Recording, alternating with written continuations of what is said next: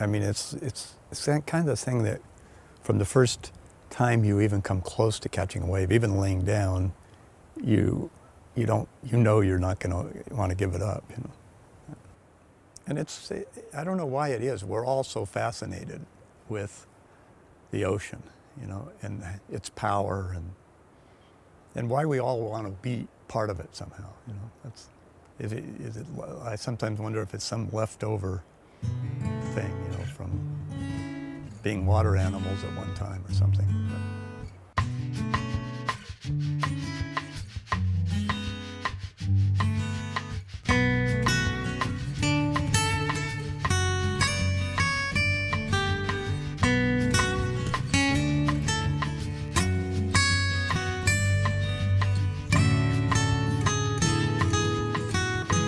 So it always seemed like, oh man, that must be really cool to surf on a board. So after we'd go to Santa Cruz, I used to have dreams. I mean, we really couldn't even afford to rent a board or anything when we went. It was a tight budget. But I used to have dreams that I was making a board in my friend's garage and it was almost ready and I was all confused about how to make it and stuff. And that went on forever, you know. I mean, I always wanted to actually get on a board. I always thought that's going to be so good. And, you know, I didn't until all of a sudden at Christmas I get a wetsuit in the mail, or as a present. And I was like, oh, I guess I actually have to try this. And then Rick's friends, you know, dropped off. He had all kinds of friends that surfed, and they had those old 60s longboards that, you know, weighed a ton. And they dropped them off in the yard and go, oh yeah, you can try these, you know. They were too heavy for a leash, but they were easy to get up on.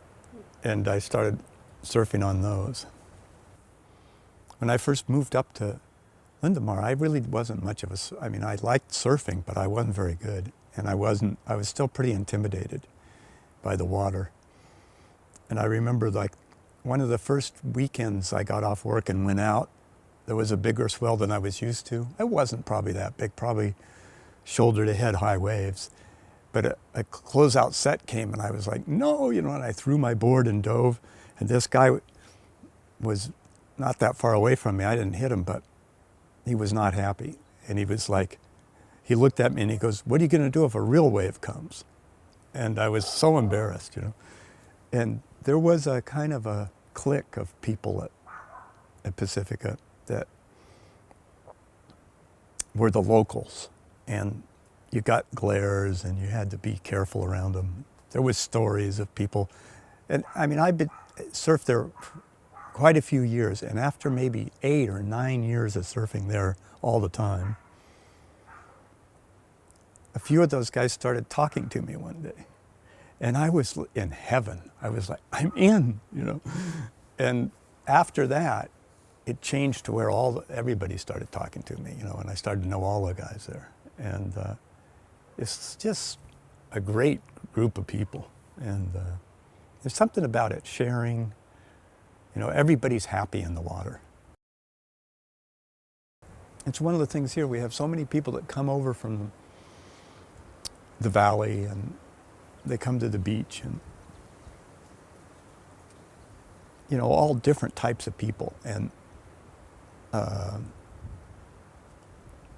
when you see people on the beach, then there is a lot of people I probably never would have get along with, you know, conservative Republican people. But you know, but you see them on the beach and they're so happy, and they're strolling and, you know, getting their feet in the water, and they're going down to see the sunsets, and they're pointing at the seals, and it's like, it kind of erases all the boundaries, you know. It's like, so when I used to call Dad most nights and check in with him, and he would always start off the conversation asking me, you know, did you get out in the water today? And I didn't really want to have to say, no, not today. So I started surfing a lot more, and then he'd want to hear about it. You know, well, how are the waves? Well, and it's fun. It was fun because I would talk a little bit about what the waves were like that day. And then he would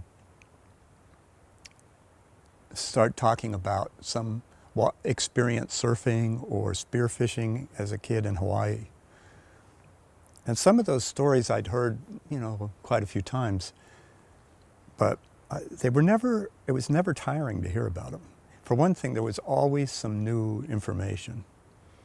And there was always the feeling in his voice of excitement about being in the ocean and being in the water. And so it was it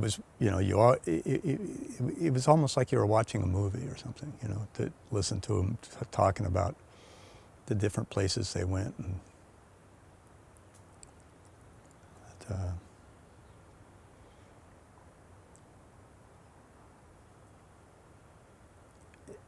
you probably had the same feeling, but I know I had the feeling from his stories, you could almost kind of had a picture in your mind of what it was like when they were kids there in Hawaii.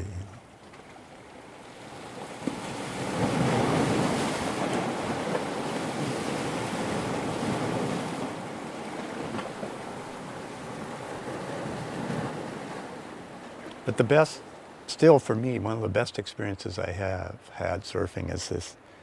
I was out at Atascadero Beach, and nobody else was out, so I was a little nervous about that. And waves were okay. It wasn't great, but it was a pretty morning, and I was looking at the hills and everything. And I was paddling. I wasn't used to surfing by myself as much then. I surfed by myself a lot more now, but I was paddling back out for the next set. I caught a wave, and something big and black goes right underneath my board, and I was like, oh shit. And I tried to look, and I switched the board back and forth, and no matter what I did, it followed the board. I couldn't see it. And I was like, I got to get out of here. And so I thought, well, I'm not going to paddle back in. It's a long ways to be trying to get away from whatever this is. So I paddled the rest of the way out, turned on the first set wave, and took off. And the wave, when I took off on it, this dolphin leapt out right in front of me on the wave. So I'm coming down, and it leaps out of the water in my board and follows in front of me all the way down the wave. And so it had just been playing with me by not letting me see it. And I turn and paddle back out, follows right along. And the whole surf session, I caught 6 or 7 waves with it. Every wave I took off on, it took off with me. And I just thought, man, nothing could be more magical than this. The dolphins surf quite often, catch waves. And but they don't, seals, you don't see that too often. But I have seen that out at the Rock. And it's like, one day we were out there, and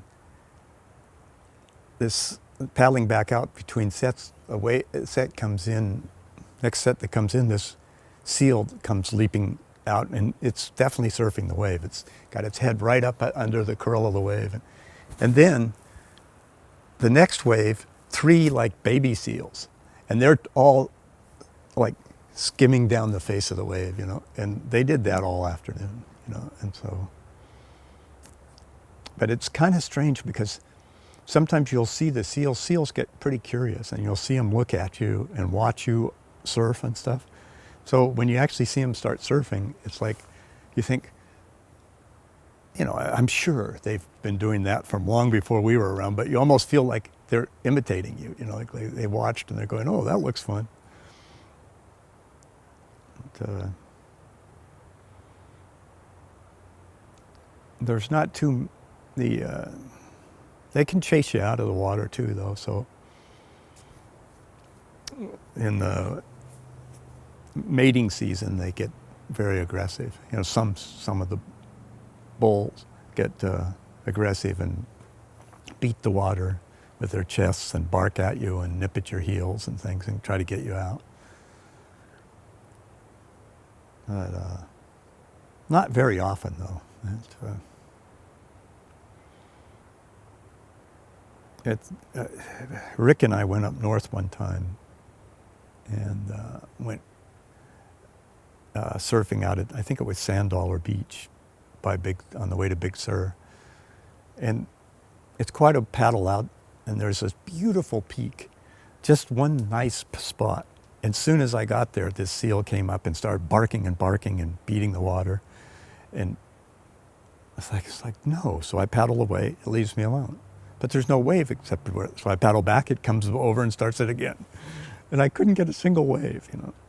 It's just like, it was its peak, and it wasn't having anything to do with anybody else getting on there. I pretty much always go in the water every day, and sometimes it's too windy or too, you know, sometimes it's too big, and you get in situations you're not real comfortable in, and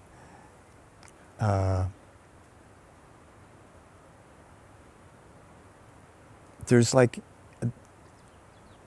times where your body just kind of figures out what to do, and it feels at home, and it is really a nice feeling if you're in kind of wild, crazy conditions, and all of a sudden you're just kind of frolicking or enjoying it, you know, or you're just comfortable, and it's like such a nice feeling compared to I mean, there's a feeling like sitting inside a house on a stormy day that's not comforting, you know, and you look out and there's a big storm, but there's a better feeling is to be out in the middle of it, I think, and you just feel one with all that kind of wildness, you know.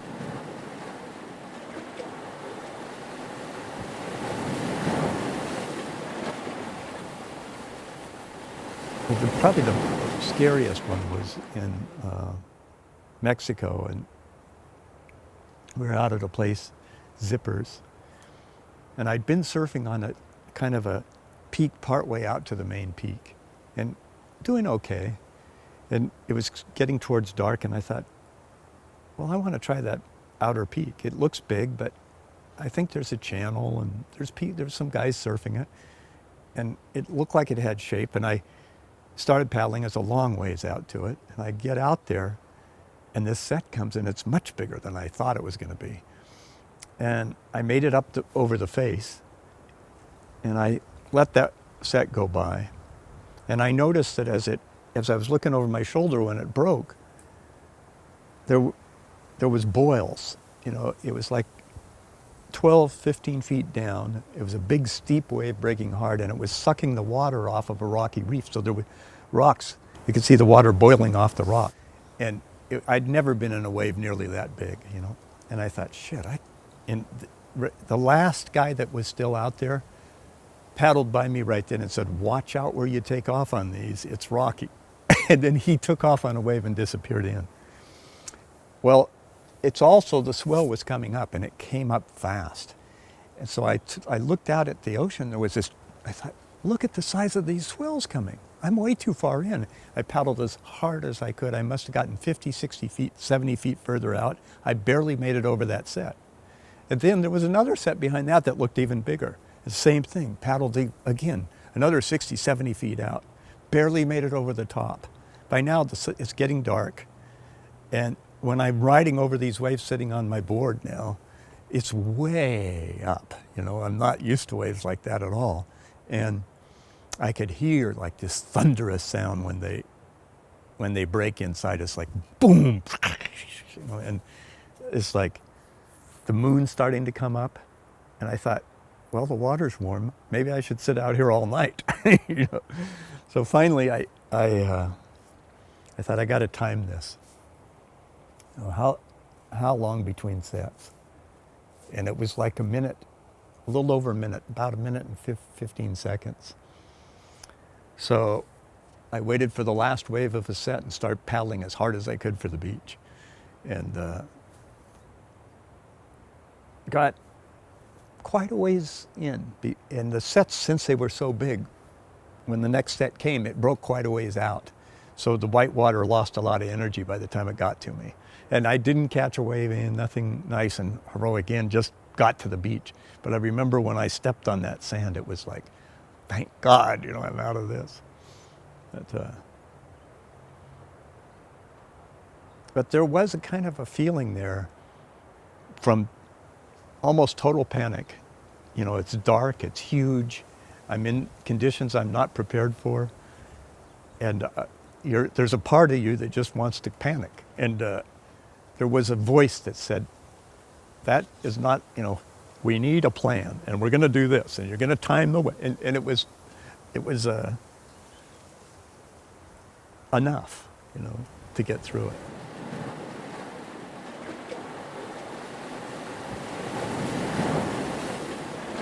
We had, that you can get into more problems waiting for the right wave in. You catch a wave that didn't really work. But we sometimes surf till 10 at night or later. And we surfed one day out there at Lindemar where a big storm came in, and there was lightning outside, maybe, I don't know, a couple 100 feet out from where we were surfing. And it was getting dark. And then the lightning came in really close. I mean, much closer than I expected. And you'd hear you'd feel it all over your body, like the hairs on your body standing up, and this zap feeling, and then there'd be this deafening, and it was black. So I'm trying to I thought, I got to get in, and I wanted a wave, and you're struggling to see in this near darkness, right? And then a lightning bolt flash goes off, and you can see everything, but then you can't see anything at all after that. And I was just straining, and I thought I saw a wave, and this lightning flash came, and it was just at the right time that I could correct and take off. So I took off, and everything's lit up by this flash, and I could see the face of the wave, and I'm flying down it. And then, of course, the flash disappears, and you're totally blind. You're just going by feel. And I'm zipping down the beach, and I can feel this frizz of the electricity in the air. That was really an exciting session, at the end. But I was afraid to stand all the way up because I didn't want to be the tallest thing sticking out of the water. I was like crouched and going along this way.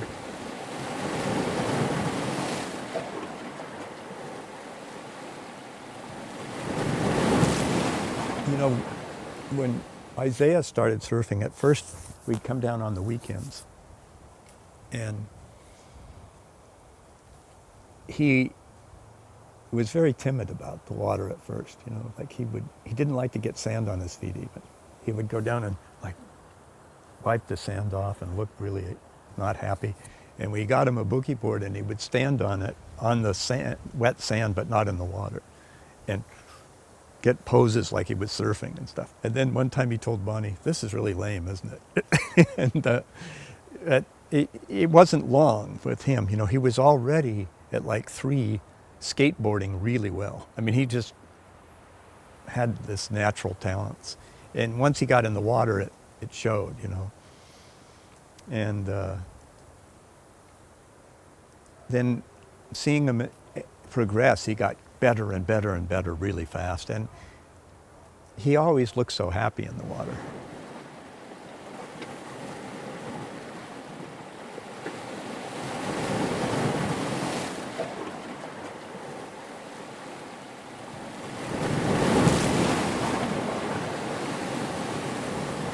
He had like, and then,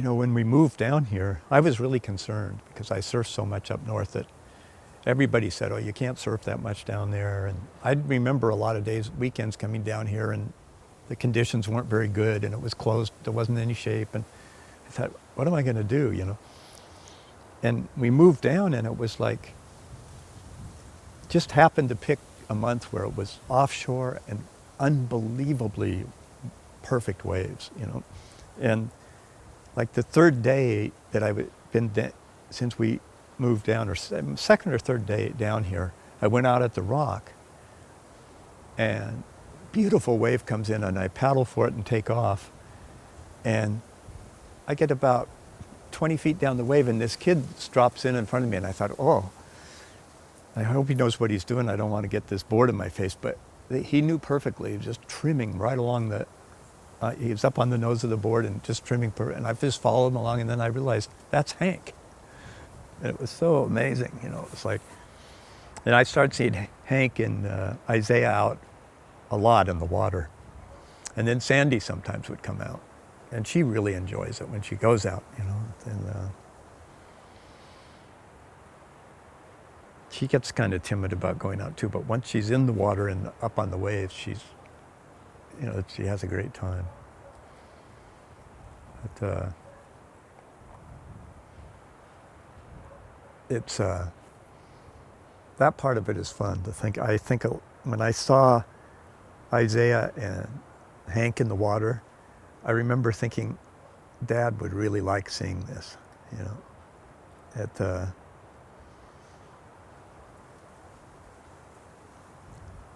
And they're quite different too. They, you know, Hank is a very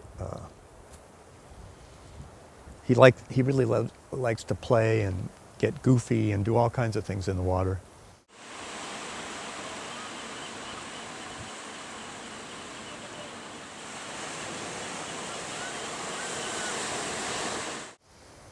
Isaiah's more like high performance.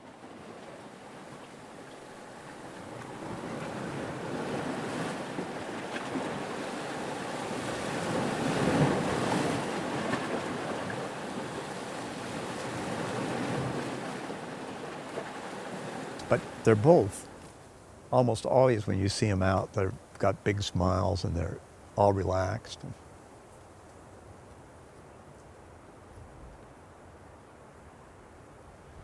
It really makes you feel like the part of us that like is water animals or whatever, that that there's a social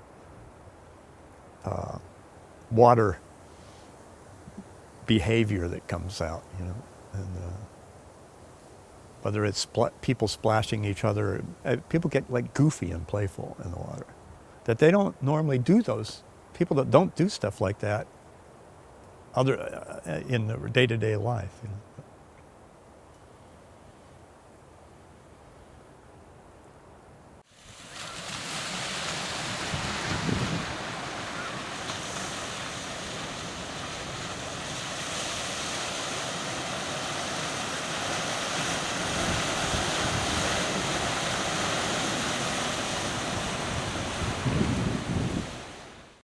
After I had surgery up north, I changed from surfing after work. I started thinking, you know, I don't know how many sessions I'm going to have. So I just started going into work late and surfing in the mornings. And then I started surfing. I thought, you know, it'd be windy or blown out, and days where I used to not think of going out. And I think, you know, that surgery was a tough enough thing to get through that, and I thought, you know, maybe you better go. You don't know, you know, you might not have another day. And so then pretty much from that point on, I surfed almost every day. I think maybe missed 3 or 4 days. And it's like you don't, it's so hard to tell, you know, but right now I have this feeling that the thing to do is try to get in the water, whether you have, you know, a back issues going on or whatever's going on. But I've talked to a lot of other there's surfers that go out in conditions that obviously they should not be in the water. You know what I mean? That just surfing, talking to a guy that had surgery on his chest and a big area removed several weeks ago, and he's paddling out, right? And he's like, well, the salt water should be good for the wound. And I was like, wait, you know, I don't know what it really works this way. But when I came back myself from the surgery, it was about 12 days after the abdominal surgery. And I tried paddling out, and the pain was incredible laying on that incision. And I was like almost just dizzy and nauseated from the pain, right? And I was sitting up waiting for the next wave, and a guy that I know, a guy who used to work for the IRS, just goes, everything okay, you know? And I said, oh, yeah, yeah. He goes, I said, well, recovering from some surgery. And he goes, oh, yeah? How long ago? And I told him about it and everything. And he goes, oh, yeah. He goes, well, when you're in the emergency room dying, you can tell the doctor we said it was fine. No problem. But it's, most guys I know that surf all the time are like that. They find some way to believe. I mean, I've seen people out with huge gashes and things, and they have duct tape and plastic, and you know, it's like, oh yeah, this will work. There's a guy I know that had a hole in his foot that was getting infected, a coral or rock cut, and he was always going out, and he was limp across the beach to the water, right? And I would see him putting, he would duct tape it up, and sometimes put one booty on and not have a booty on the other, over it and stuff. Anyway, I didn't know his name then. I never remember names very well, but I would tell Bonnie about this guy, and I always called him the nail in the foot guy, or the hole in the foot guy. And one day he's coming back to the parking lot and he's really hobbling, you know. And I said, you know, you probably have to get that looked at. And I told him about the emergency room down this road, and sure enough, he went, you know, so it was there. But that same guy, he really got badly injured surfing up there one day. And big wave, big closed out nasty day. And he took off on a wave and got pitched, and his board went nose first into the water, and then he fell on top of the fins into his, and it cut into his chest and peeled his chest open and punctured a lung. And you know, he was out for a long time.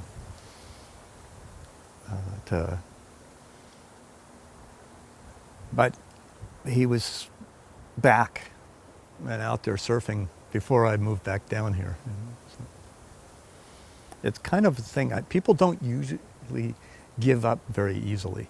And I've noticed that the people that, a lot of times people say, well, with the back issue, if you're having this issue or you've pulled something, you should get out of the water and give a chance to heal. But what I've noticed is that most of the time the people that do that as they're getting older, you see them less and less, and then you don't see them anymore. So I just have this feeling like if there's any possible way to have any time in the water, you should, you know.